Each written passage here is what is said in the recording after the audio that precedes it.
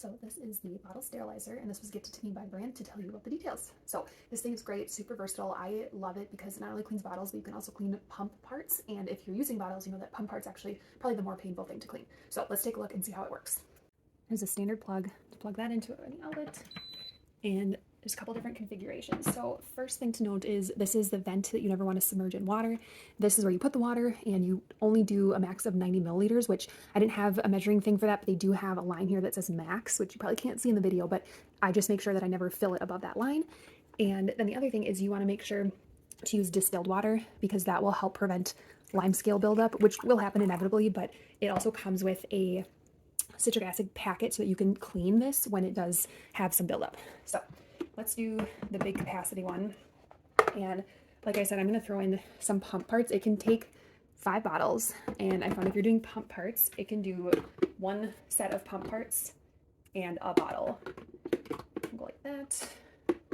Throw the bottle in there. And you want to make sure that the bottle and the different parts are on top of those little nozzles or those little bump outs, because that's what allows the water and the steam to get through into your items to sanitize them. I also love using this for toys because I have a toddler who thinks it's fun to chew on these before I give them to the baby. I'll throw those in there. I've got some of these duckbill valves, bottle nipples, and you put the top on.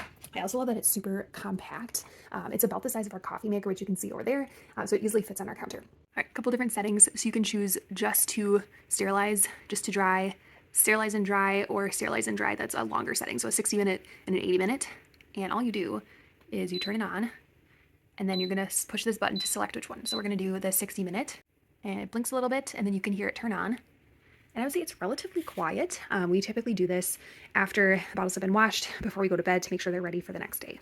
So we're a couple minutes in, you can see everything's getting really steamy, and it's warm to the touch. So you definitely don't want toddlers or anyone touching this, but that's how you know it's working, sterilizing everything. All right, so it's finished, and I would say it's exactly a 60-minute cycle, which is the one I selected. So let's take a look.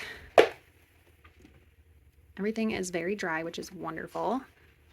I think that's super important to make sure that there's not anything that's going to grow in there if you happen to have it in a sealed container or something like that. And the other thing I've noticed is in the troubleshooting packets, the biggest issue is people putting these parts in that aren't already washed. So you have to wash these first and then you sterilize them.